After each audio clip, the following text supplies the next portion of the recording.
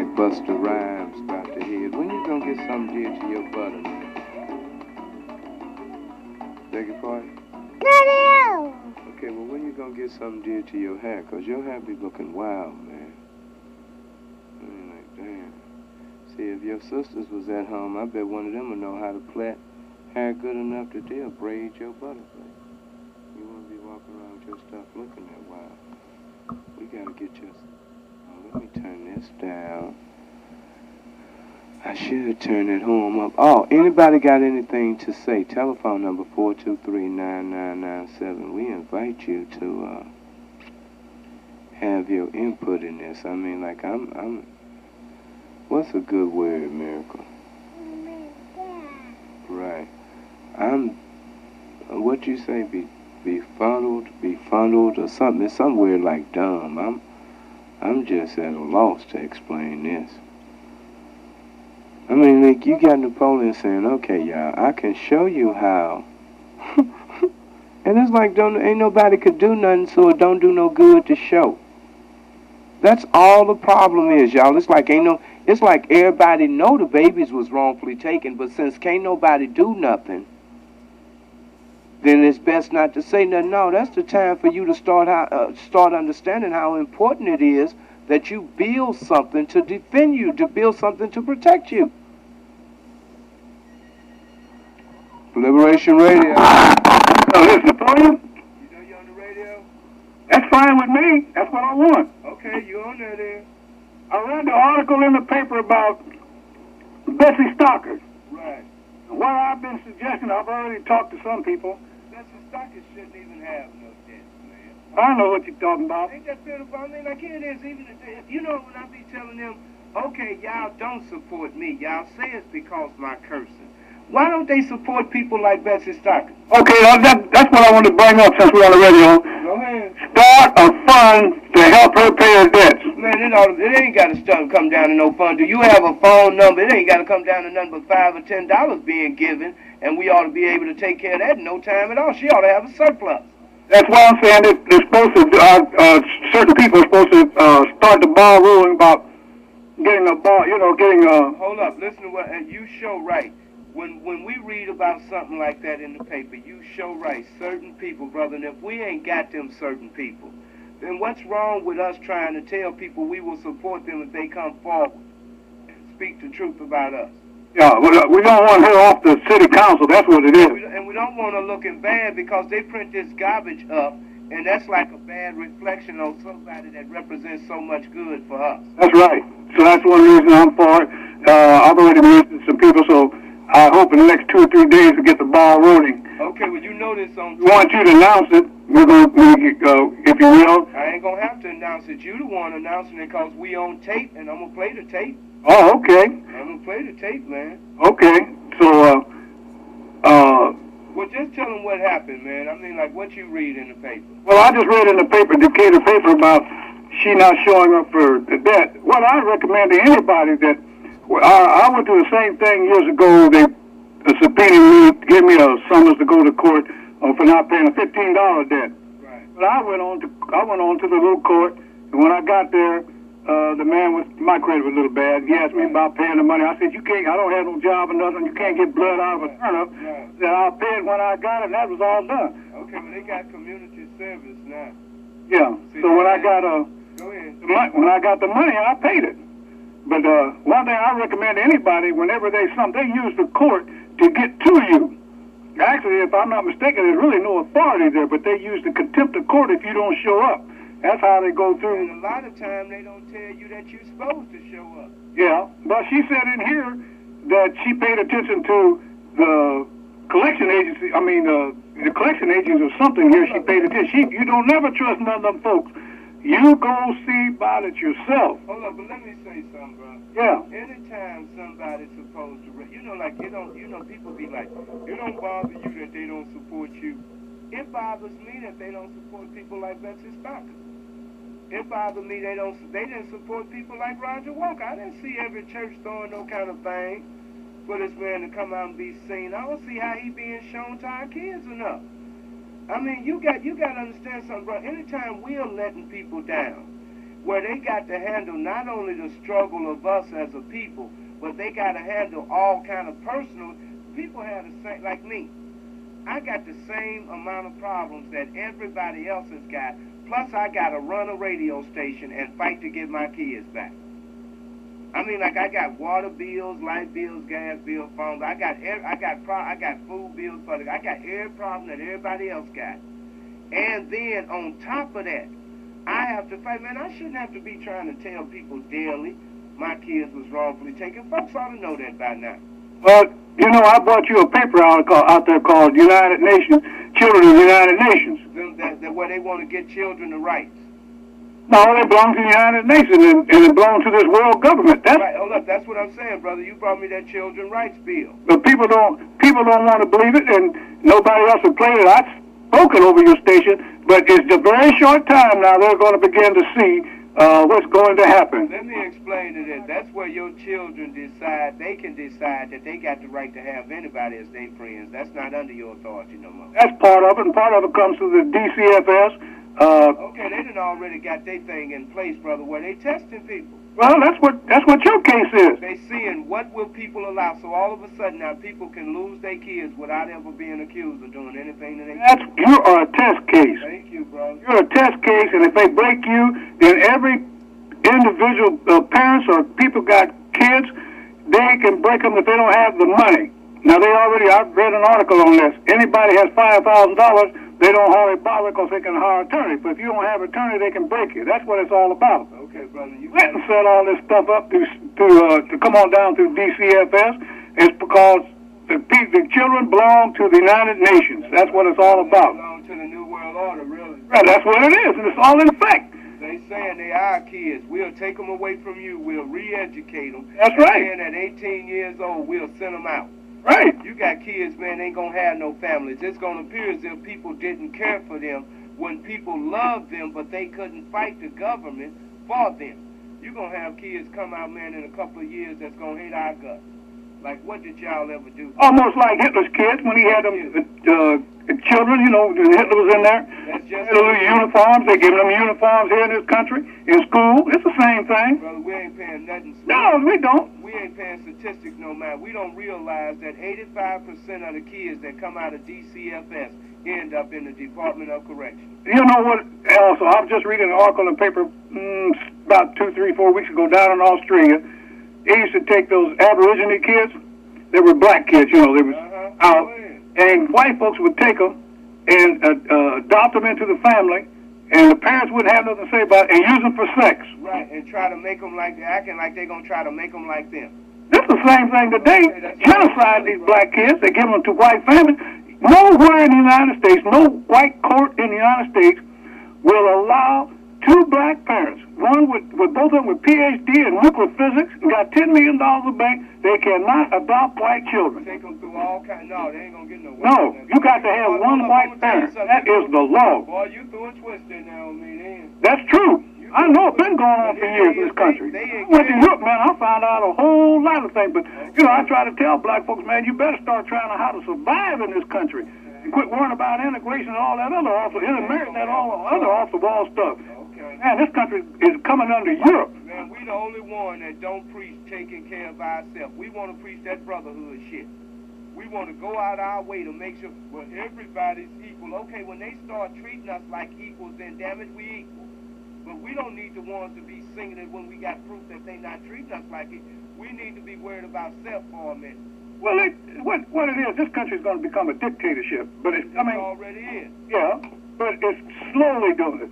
And it's called democracy. Hold on, well, I would think so. If you look at Bill Clinton, they got it pretty well around who's going to be the dictator. If they can't get Clinton out of office as bad as they hate him, man, I would say it's already to become a dictatorship. Don't you know who Clinton is? Clinton wants to be the first world leader. If they that new world order, that's what he's doing. Hold on, man. You know how they say either side we going to catch hell. Well, probably part of the problem they're doing with Clinton. They're supposed to destroy the presidency of the United States, the credibility of it, so things will come out of Europe, out of Belgium. Can you hear what I'm saying? Go ahead. I'm listening. Go ahead. Our Supreme Court and our U.S. Court of Appeals went to Brussels, Belgium last summer or early fall to study European law, because there's a there's quite a bit of, what do you call it, similarity there. So when the decisions come out of Brussels, Belgium, about cases in the United States, they know how to implement it. You know what they did? The best thing that they did to us, they taught us not to be able to take our cases to international court. See, we think we got a word with like the Macon County Court, the appellate court. They taught us not to take our cases to international court, like not to just go on, you know, like the case of my kids. Yeah. I know that there are people around here could become famous from introducing my kid's case to an international court. To let somebody, you know, like we sit around, well, all we need is some people from outside of Macon County. It's ways to get people from outside of Macon County. Well, let me tell you what happened. I'm going to show you what happened to me. Now, let me tell you this case. Let me ask you. It happened about 7 or 8 years. I was on jury duty. Hold up. Let me ask you something. You're a resident of Decatur, Illinois, right? Right. Okay, you ain't got to say no name or nothing. I just want people to know I don't be planting these. You called me on your own, right? Right. Okay. I was born in Decatur, man. I know the history. Okay. I went to that no good publisher of the Herald Review and told him what Decatur was like back in the 40s. We didn't have all this crime, this discrimination in the way of speaking, you know, Buck Livingston ain't the one that integrated the beach. Okay. He wasn't, we did it, but nothing but a white policeman. The white policeman just sent us by word. That's how I got desegregated in summer of 1944. Us young kids. Y'all fought for the beach? No, we didn't fight for it. It happened, we went down here at the end of, we all on the south side, white and black, used to swim across, you know, Maffin Street, Shore Drive. When you go down in there, there's a place you could swim down there. White girls, black boys, all went. The white kids went down there because they didn't want to swim, pay the money at the beach at the time. Right. But the old black doctor, he looked like he was white. The NAACP had negotiated a separate thing from the beach out there. There was some steps over there. But what happened, I almost drowned that summer. And I got saved. But the next week, a guy named Johnson did drown. He was an older fellow, good swimmer, but he ate some food and got cramps, and he went out to what they call the lily pad. Well, then the police came down there after that and caught us and told us, don't swim down here because it's unsafe. Well, we said, we don't have no place to swim. He said, well, there's some steps out there set aside. I said, I've been out there and saw them steps. They broke, and the place is unsafe. He said, go out there and tell that manager I said let you swim over on the west side of the beach. So we went out there, and we started swimming. The manager came out there and said, hey, you can't swim there. You got to swim over one of them steps. We told him, we can't swim over there because it's unsafe. We're not going over there and drown. Right. When he kept on talking, we said, well, the policeman said, let us swim over here on the west side of the beach. Well, it ain't me. It's the city council that's keeping you from swimming at this beach. That's your same problem today. Your city council and the mayor and all of them are the ones responsible for the laws that's passed in this city. And they're not doing what they're supposed to do because it's for special interests. Hold up. Let me ask something right fast. Yeah. I didn't know you was going. I didn't even know I was going to be on the radio. But I'm just going to say that's how the beach got. From then on, it was integrated. Okay. And then let me say this one other thing right quick. Okay. When they had an article in the paper with your Dave Lipson talking that stuff. You ain't got to be quick. Take your time. When he was talking this stuff about there was a rope out there in the water and we don't know what the rope was for. That rope was out there for some milk cans to keep people like boys to keep the people from going out too far to swim. See, these people got control. They doing it but lying, and it's a white man, all them, all together, control, and to control this town and make it big money to real estate and keep the segregation. Okay. We used to have white folks west of Fairview Avenue come down to South Franklin Street and Cleveland Street, but Eddie Copeland had his barbecue rest and eat his barbecue. Well, they weren't afraid of no law. Right. And when we had the A&W Tavern down there, when Ray Charles came back there, that must have been about the 50s. Ray Charles came there. He wasn't quite famous yet. I went down there one night to get in, on a Saturday night, paid my fee. When the man opened up the door, you know what was there? What? Full of white folks. Thank you. Look at that thing. No race problem whatsoever. Nah, man, we used to have youth centers uptown there. Where that new American building, whatever you call it. Okay, let me ask you something, man. Yeah. Approximately what is your age? Approximately my age? Yeah. Retired, let's put it that way. Okay. What the hell are you sitting out there listening to Black Liberation Radio for? I always liked your programs, the ones when you used to get them programs, talk shows out east. I'm not into this kind of music. Some of it. Mostly I like to listen to them talk shows that out east. They're mostly white and that black guy you had, because you get news off of it that you don't get nowhere else. So they always like to listen to it. And I wish you had kept it up, but you said that some of them went out of business. No, well, that lady, Kathy Hughes, out of Washington, bought a lot of radio stations, and she says she wants radio stations that white folks approve of. She don't want white folks offended by the truth. So Bob Laws is no longer on the radio. They replaced Bob Laws with one of them middle of the road. They don't want to talk. They don't want to tell the truth no more. And man, black talk radio across America is disappearing. But now here's one thing I was thinking about, because over your radio show, I would never heard about that battleship carrying that Chinese flag if I hadn't listened to your show. See, but I mean, I know what was going on. I can tell by what President Clinton doing, establishing friendship trade, man, because he go to the store here in town, everything you pick up, man. I went out here to the automobile part place and pick up a part, and I happened to look at the computer in the back of it, and it's got Phillips on it. Now, not Phillips gas. Right. Wells is one L. And that's one of the 6 largest, I think 6 or 8 largest electronic firms in the world that come out of Amsterdam, Holland. Right. It's a Dutch thing, right. but the thing was made in China. Right. See, now I ain't got no kid, but I'm just showing you how people don't know what's going on in this country. And that's our problem. Here's what I'm saying. And we being informed every day, but we accepting the stupid part of the information. People and believe the vital information we just letting run through one ear and out the other. Well, what's wrong with black folks, man? Black folks are keyed in on American white men. Okay. Interracial marriage. That's the problem. Your leaders have never gone outside the country to find out what other people in the world think about you. Right. You see what I mean? Right. That's what's wrong. All these everything, they don't know anything. And if the leaders went outside and found out what they thought about us, but not being fighters, they came back and hid it. Yeah. They ain't going to tell you nothing what's going on. But I found out when I went to Europe and Scandinavia. Do you know who's hated in the world? Who is that? The American white man. Yes, sir. When you go to Europe, now on an individual basis, it's not like it, but that American white man is hated in Europe and Scandinavia. Also, they rotten things. Your big corporations, your banks, and what makes attitude of the people when they go over there. And what makes it so bad, they hate the image of the American white man when really the image of the American white man is closer to the American black man. Well, it ain't so much, it ain't closer, what it is. But they look at them businesses as being all white. They look at, like, when you got them big names, you know, Texaco, Standard. Well, you're talking about what the main is, what the United States banks and corporations do when they go overseas.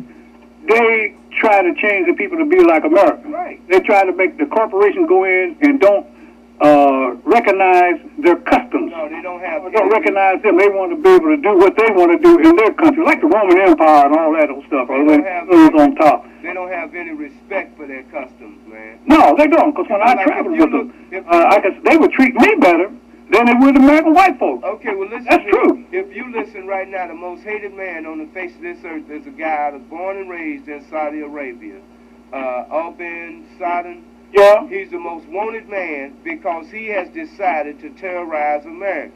When he is saying, get the fuck up out of my country.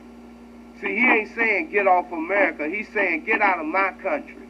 You don't have any business there. We consider you Satan because they went in and did exactly what you say that they do. They have no respect, man. Well, like I said, the United States is an empire, right? Supposed to be. No, it is. Okay, yeah. They hide it because they don't bomb white countries. They bomb non-white countries. Okay, they bomb Libya, Iraq. It's like they bomb Grenada, Panama. See, now they don't. When they go to a white country like down in Australia, Greenland, or down in Australia, what's it? Ships coming in there. Right. They put sanctions against white folks. Okay. Now, just like the United States over there in what's it called now? What is this? Kosovo or something? Yeah, that's Serbs. Right. You don't want to bomb them. No, it is Europe because. Europe doesn't want a Muslim state over there in Europe because you go back to the Byzantine or whatever you call Empire, the Ottoman Empire, and all that stuff, you know. Man, you need to get some history tapes together. Our people need them. All these people, man. I told you what black folks are. Most of them come out of this. Matter of fact, all the trouble in Decatur started when Wagner Cassidy hired all them bought them black folks from Brownsville here. That's when all the real crime started. You're going to have some niggas out of Brownsville get real offended by that, but you know it's the truth. I'm talking around town. It's true. You say you know it's the truth. Sure, it's the truth. Anybody that's been here since when Wagner brought them people here know all this crime come here. See, That's right. They brought all this stabbing and cutting and out in the middle of the street, eating up on women, stomping women, all that. They did that They wasn't afraid of nothing but the white man, right? Huh? I mean, they wasn't afraid of nothing but the white man. I mean, it brought a plague upon us, right? Well, Wagner bought them here. Bought all that, and then from here on, it went to dope and everything else. Well, sometimes I think, man, is that really what happened? I mean, because, you know, I didn't know that kind of story. You know the music that used to be played here? Man, when A&W was down there, or even before the A&W actually got built, you had the American Legion and all that. You know what the little black band was playing in there? We were playing Charlie Parker, Dizzy Gillespie, Count Basie, Duke Ellington, Woody Herman, Charlie Barnett, all the big name jazz group. That was the people. The culture in this town was good. The people liked good music. But when, like I said, when Wagner was playing, there was a band playing down there at A&W. They started playing. They were playing good music. But what happened when all these black folks they started coming in there on Sunday night. So the band had to switch over to this blues stuff.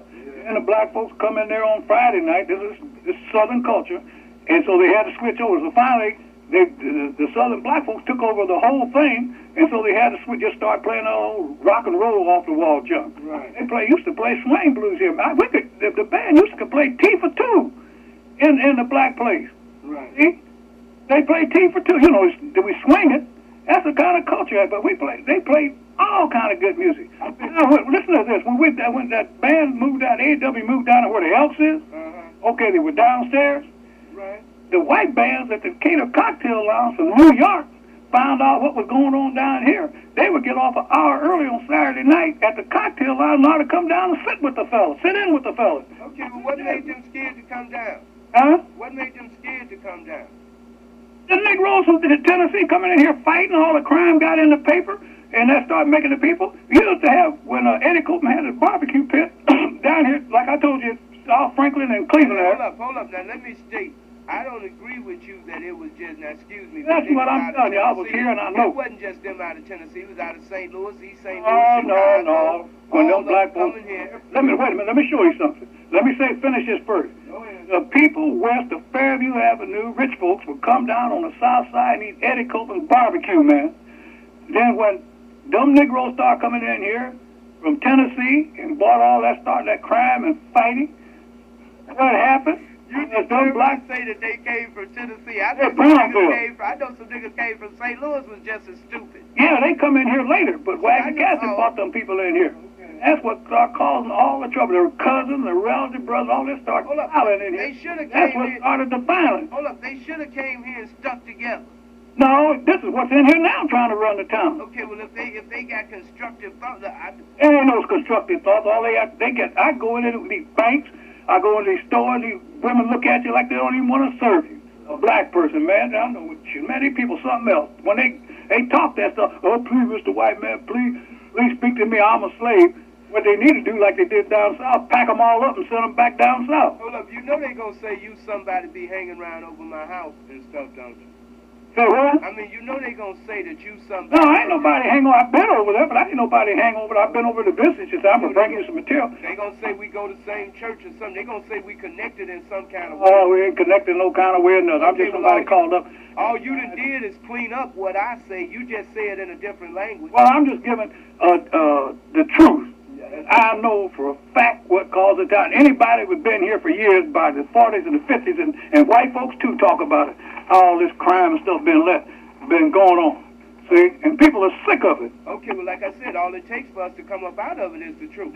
These people ain't gonna do that, man. They're not that type. Okay, well, why should they doing is just what they doing now. Okay, why do we worry about them? A couple of us know we gonna have to deal with truth. Why ain't we like men sitting about the task of making us deal with truth? Black folks have never been there. I mean, they had first, if you know history, way back after the flood, when you go back that far, well, let's they had it all. Let's leave their ass to drown. Sooner or later, we gonna have to admit they ain't gonna do nothing. You know what's gonna happen to black folks? Hold up, we ain't going back into slavery, and they don't know it. Okay, well, what's gonna happen to us then if that's allowed to happen? If you're alive, you're going back into slavery. Okay, if that's allowed, okay, well, what are we gonna do? See, I'm free, and I want to stay free. You know what I'm fight their ass. I want to stay free. Now, what we gonna do? You won't stay free. We know some niggas ain't The country's gonna headed for a dictatorship. You see them cutting Betsy Stockton down. You see them cutting and let me tell you all these other things down. And it don't take for somebody in the morning to say, I heard that conversation last night, and if we don't support Napoleon, why we ain't there for Betsy? See, Betsy should, all we got to do is call youth, what is it, positive? Youth Empowerment Agency. All we got to be able to do is call the number and say, look, we want to, what? I mean, like, why can't we? A principal got integration, man. Integration has always destroyed the black man. Unity. I know where you. When we were here, when we were coming up to school, we didn't have the fights and things, but we didn't beg white people, please speak to us.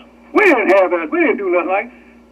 All this trouble started when these Negroes come up here from down south, start going into these neighborhoods, half white, looking for a white woman, and this is what started the thing all through the thing, and it done run it, and just chasing these white women. It's what done started, got these white folks prejudiced. You making them arrogant. When you chase after somebody and beg them, please to do this, please do that, and you see the kind of women they're getting. Man, I done been approached so many times, I get sick when I go in places. Oh, big fat white women want to rub up against me and talk me. I had a whole RN, man. Big fat thing come grabbing my hand, holding my hand. I got, what is this? Okay, now let me say this. One of them run a raise, rub the breast all up against you. I'm sick of all that stuff. I don't know why they don't give you the station, brother. You got a radio name or something? Because you got people. No, I'm just what I was telling you about that, but you know we got off on that other thing. But I'm just telling you the facts. Well, you know these people here is across the whole cotton picking country. Okay. America is going to become a dictatorship, and these black folks sitting up here. Clinton ain't done but putting all these people in office to back him up for the junk he doing. And he just used them for when the time comes. It ain't going to come by force now. It's going to come by this Y2K program. Yeah. I believe that's what they're going to set up in order to, just like they did the link card for the welfare people. Yeah, they're going to create the thing in order to make people do what they want, to come into that system. I can tell you what paper to read, man. Yourself, you see all this coming true. You ought to be telling our people what paper to read. I mean, like, you could have called and had your facts down pat and could have laid them right on them. Listen, your case, when Judge, they used that case, to get you for wiretapping was down them 6 cases down there in Florida. You should have called the Justice Department and the criminal division and asked what those cases, why they closed those cases down and arrested those people. It probably had nothing to do with the type of thing you're doing. It probably had to do with... I know it didn't, brother. Listen, I'm saying it probably some Cubans or something were doing, using it to broadcast over to Cuba. That's probably what it was, something along that's doing wrong. That's right. Because if the FCC was so interested in wiretapping anything else to get you, then they would have closed a lot of stations down. They could do it, but they're not doing it. You're right. The only reason that Decatur wants you is because you're too intelligent in a way. It ain't the cussing that you're doing so much. I mean, most of the black people don't support you because of that. But the main thing is, the white man, you're too knowledgeable. And that's what it is. A lot of things you talk and about the law, different things that's the reason they want you off of the air. Well, brother, let me say something, man, and I'm proud to say it. There's money involved in it. They bring you might get vehicles. Most of these radio station, TV station men were worth about $300 million. They had an old man over in Champaign that had worth $300 million, 90 years old, worth $300 million. Made his money on TV and radio. TV and radio. Yeah. What did this old man feed us? He damn sure didn't feed us freedom. Oh, that old man over there, there was a black singer over there that they were going to record, and some businessman was going to record him, but then the next thing it filtered out, and I know that old man had something to do with it, blocking, because the guy had a beautiful voice. He sang in a very nice white place, but, you know, black. Let me tell you something, man. As long as I know that people are willing to stand up and even discuss the history of Decatur, you know, like you didn't reveal some facts to me, man. I know I could probably sit up here and talk to you about Skid Row. I probably could talk to you about when they first opened the swimming pools, when y'all, you know, when they closed the beaches and didn't let y'all come to the swimming pool. That we three did that. I know. That white people, he ain't done it, but see, Decatur, integrate Decatur to a certain extent back in them times. Right. The people got along so good. I mean, let me show you about the old Empress Theater. But let me tell you something. Our kids don't know nothing about that, man. Nobody gonna tell them. What? Now, the old Empress Theater, there's a parking garage up there. That used to segregate. Across from the Avon Theater. You know how that got segregated? Desegregated? Go ahead. All right. It got desegregated because we used to slip in a side door and go up there to the exit door, and the ushers, the white boys at school, would open the door for us. Get in, and we'd give them the 35 cents for their lunch money. So the white boy hustling right there at the side door. Y'all got it like they got it today. But here's what happened. Would nobody be up there but us, so what we would do was slip downstairs. Now, it was segregated. We slipped downstairs and sit, and the manager would catch us and send us back upstairs. Well, that way he would never have any knowledge of somebody that slipped in. You see what I mean? Right. Well, we kept doing that so much, so he wouldn't be suspicious.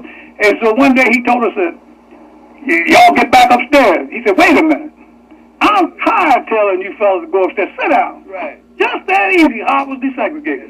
He said, I'm tired of telling you to go back upstairs. Sit down. And that's all it takes, man. All it was. And when he became manager of the Lincoln Theater, we used to come in and head for the balcony. Right. He'd have a sign up there, balcony closed. We'd head for the balcony. Wait, hey, get back downstairs. You can't go up at the balcony. Well, we want to sit in the balcony. We're supposed to sit. No, you don't. You sit downstairs. That's how it was. You know that's dangerous. You know what is it, Carter Woodson said, if you take away the back door, they'll make one? Well, what it was, there was so much mixing in Decatur in the 30s. They had integrated housing, but it's mostly economic. Over on the north side, the south side, the west side, it was black, integrated. One side white, one side black. Right. And the next side of you, one side be white, one side be black. And then out there on like West Decatur, it brought up one time about black folks, newspaper did it, black folks lived next to the railroad track. They lived next to the railroad track because the property was cheap. Right. And then next to you was white. On down line be white. That's right. So farther away from the railroad track, the higher the cost of the property. But like on West Decatur Street, there was black there, and then on the other side was black family, and then I think it was white, but then a black family moved in there. But that's what it was out on just say North Clinton. You had white across the street, black next to you, white on one side, same way down here on the south end.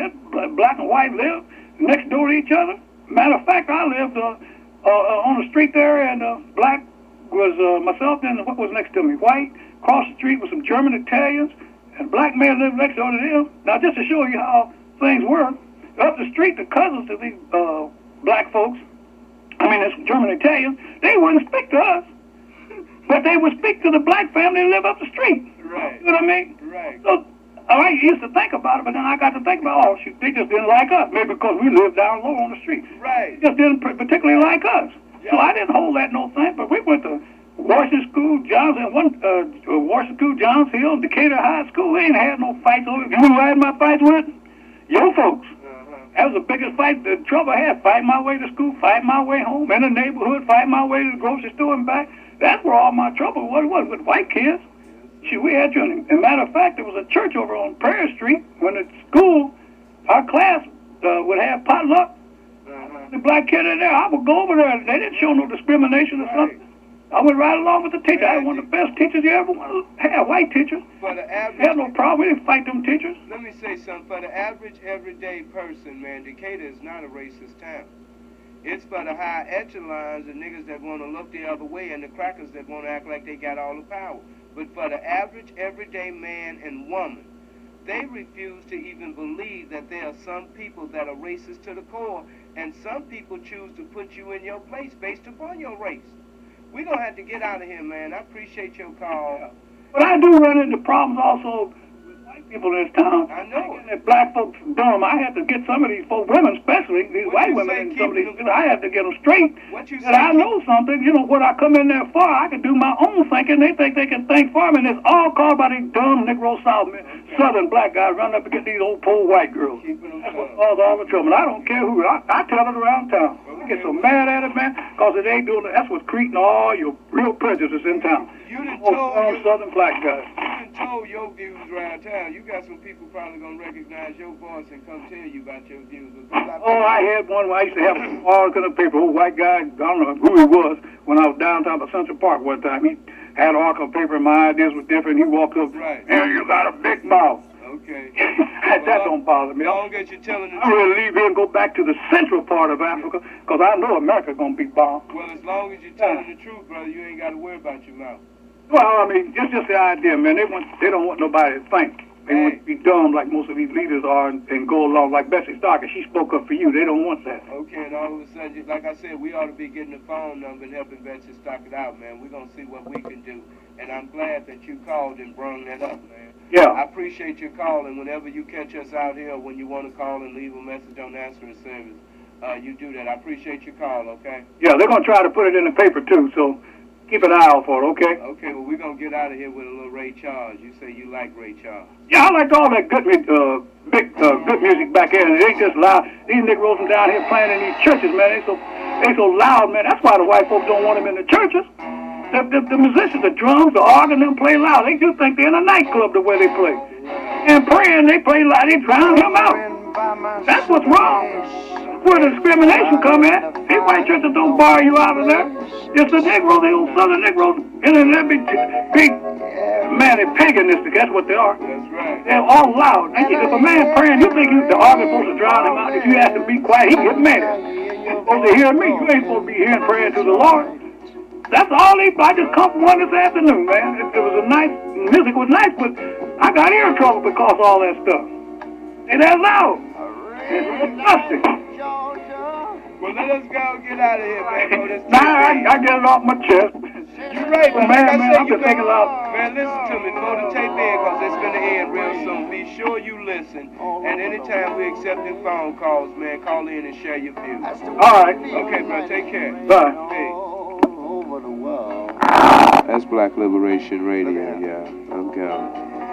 Neon sign of flashing, taxi cabs and buses passing through the night. Oh Lord. And a distant moaning of the train seems to play a sad refrain to the night. Oh, it's lonesome. But this rainy night in Georgia, it's a rainy night in Georgia. It's raining. Raining all over the world. I feel that it's raining all over the world.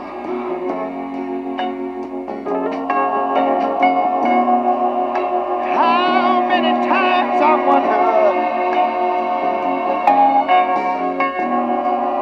but it still come out the same.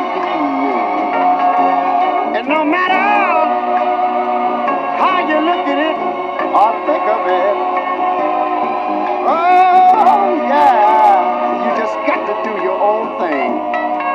Oh yeah.